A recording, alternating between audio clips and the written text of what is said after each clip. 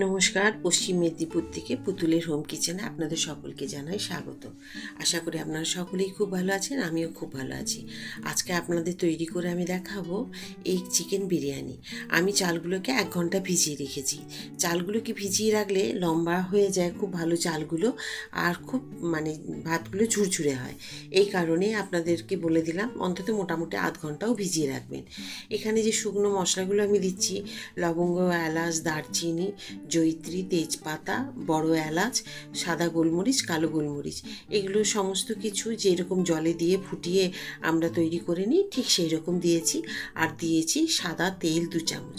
দিয়ে দিলাম, তেলের ভিডিওটা করতে ভুলে গেছি, পরিমাণ মতো দিয়ে দিলাম নুন। নুনটা দিলে কিন্তু চালের স্বাদটা খুব ভালো হয়, সেই কারণে।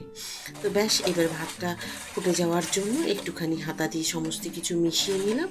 ভাতটাকে আমি সাইডে ওইদিকে বসিয়ে দেবো। এখানে আমি কিন্তু তৈরি করে নেবো বেরেস্তা। তো ঠিক আছে, আমি ওদিকে গ্যাস জ্বালিয়ে ওটা বসিয়ে দিই, এখানে তৈরি করে নিই বেরেস্তাগুলোকে। তো আমি বেরেস্তা কীভাবে মুচমুচে একদম ঝুরঝুরে হয় সেটা একদিন আপনাদেরকে দেখিয়ে দেবো। খুব তাড়াতাড়ি হয়ে যাবে বেরেস্তা, তো সেটার একদিন আপনাদেরকে ভিডিও করে দেখিয়ে দেবো। তো আমি এখন নিয়েছি 500 মাংস আছে চিকেন।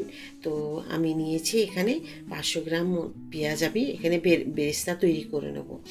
তো 2 ভাগে আমি দেব, সেটা আপনাদের দেখিয়ে দেবো পরে। আর চাল কীরকম সেদ্ধ করবেন, মোটামুটি 70 থেকে 80% যাতে চালগুলো সেদ্ধ হয়ে যায় সেই বুঝে ভাতটা আপনাদেরকে করে নিতে হবে। কারণ শেষে আমরা যেইভাবে ভাপে রাখবো স্টিমের মধ্যে একদম লো ফ্লেমে, তখন কিন্তু বাকিটুকু সেদ্ধ হয়ে যাবে। বেরেস্তা রেডি হয়ে গেছে, এগুলোকে আমি এখন তেল ঝরিয়ে তুলে নেব।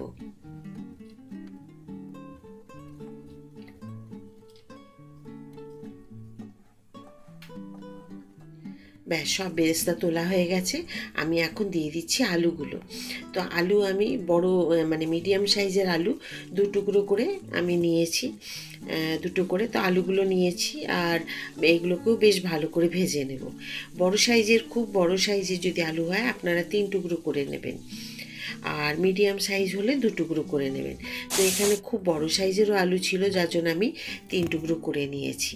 একটু হলুদ দিয়ে দিলাম, আর একটু নুনও দিয়েছি তেলে যখন দেওয়া হয়।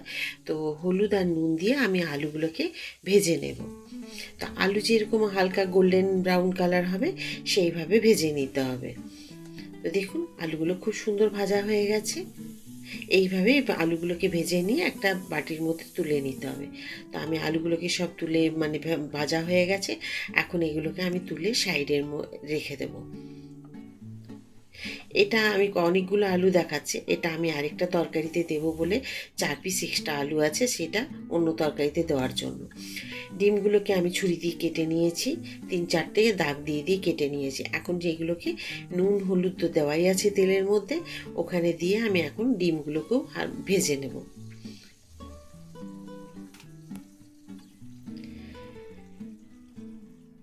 দেখুন, আমার ডিমগুলো কিন্তু ভাজা হয়ে গেছে খুব সুন্দর। এখন ডিমগুলোকেও আমি তুলে নেব। আমরা বাড়ির মেয়েরা এতটাই ব্যস্ততার মধ্যে থাকি, সব কিছু কাজ আমরা তাড়াহুড়োর মধ্যে সারতে চাই, আর তাড়াহুড়ো করতে গিয়ে আরও দেরি হয়ে যায়। তো দেখুন, আমি এখন বিরিয়ানির যে মাংসটা রেডি করব তার জন্য দিয়েছি একটু গোটা সাদা জিরে, আর দিয়ে দিচ্ছি একটা শুকনো লঙ্কা।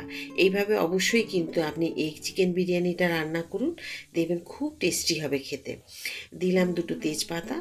তেজপাতা তো আমি আগে দিয়েছি চালে সেদ্ধর সময়, এখন এই মাংসের সাথে এখন 2টো তেজপাতা দিয়ে দিলাম।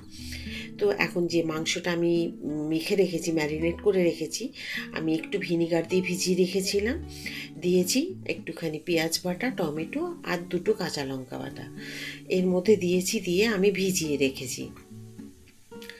এখন আমি আলাদা করে বেটে রেখেছি দেখুন রসুন আর আদা, সেটাও এবারে আমি রসুন আর আদা বাটাটা দিয়ে দেব।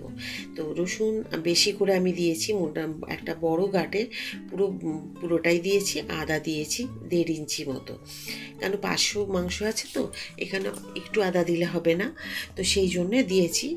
আর 500 পেঁয়াজ দিয়েছি। তো পেঁয়াজটা তো বেরেস্তা করেছি, আর আমি এমনি গোটা পেঁয়াজ 2টো আবার কেটে রেখেছি। কেটে সেটাকে আমি এই মিক্সিতে বেটে নিয়েছি টমেটোর সাথে। তো তাতে কি হয়েছে, খুব ভালো দেখুন গ্রেভিটা হবে। তো এইভাবে কিন্তু করে নিতে হবে। এখন আমাকে দিয়ে দিতে হবে যে আলুগুলো রেখেছি সেই আলুগুলো। মাংস সেদ্ধ হয়ে যাবে, আলু হবে না সেটা বললে তো হবে না।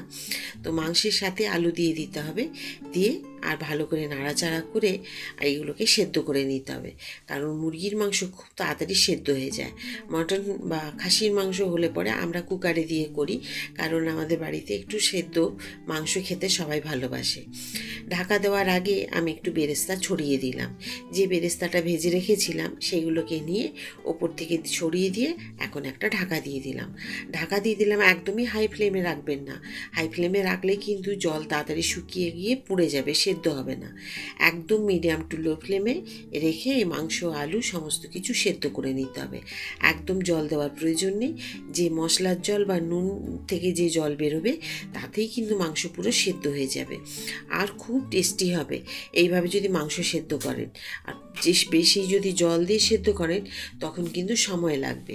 এতে দেখুন আলু মাংস সমস্ত কিছু কিন্তু সব সেদ্ধ হয়ে গেছে, সময় বেশি লাগে না। আমি দেখুন আলুগুলোকে একদম তলায় দিয়েছি, আর দিয়ে দেবো একটুখানি বিরিয়ানি মশলা।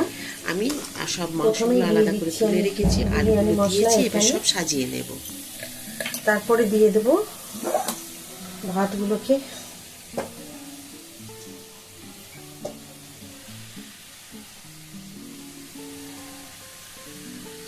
দিয়ে দেবো কিছুটা বেরেস্তা,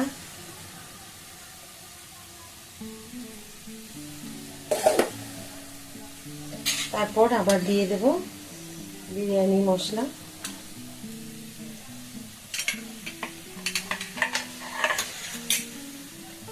তারপরে দিয়ে দেবো চিকেন,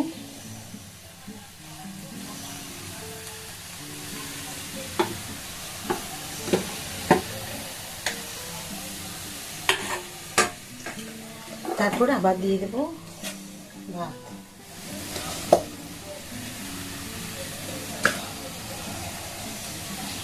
আবার দিয়ে দেবো বেরেস্তা, দিয়ে দেবো ডিম,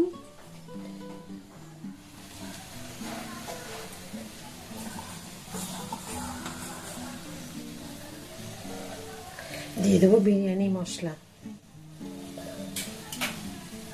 পুরো মশলাটাই দিয়ে দিলাম। দেখুন ডিম, বেরেস্তা আর চিকেন বিরিয়ানি মশলা সব দেওয়া হয়ে গেছে।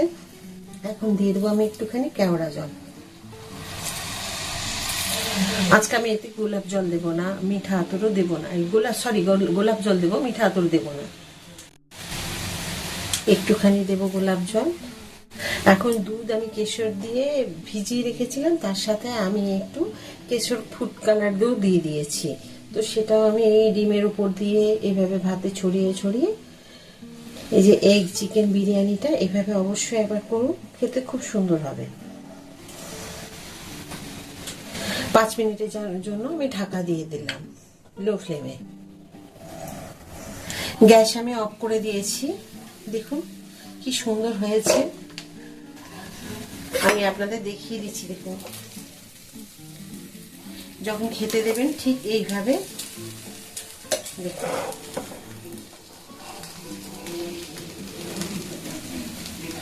কি বলবো, অসাধারণ একটা রান্না।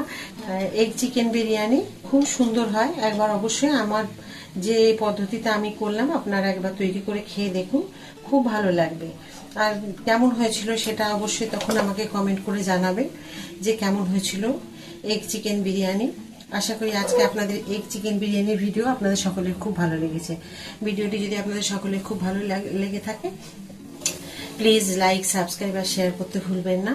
আমার ভিডিওগুলো আপনারা একটু করে শেয়ার করে দিন যাতে এইভাবে সকলের কাছে পৌঁছে যায়। তো আমি বারবার আপনাদের কাছে রিকোয়েস্ট করি একটু ভিডিওগুলো মানে যাতে সকলের কাছে যায়।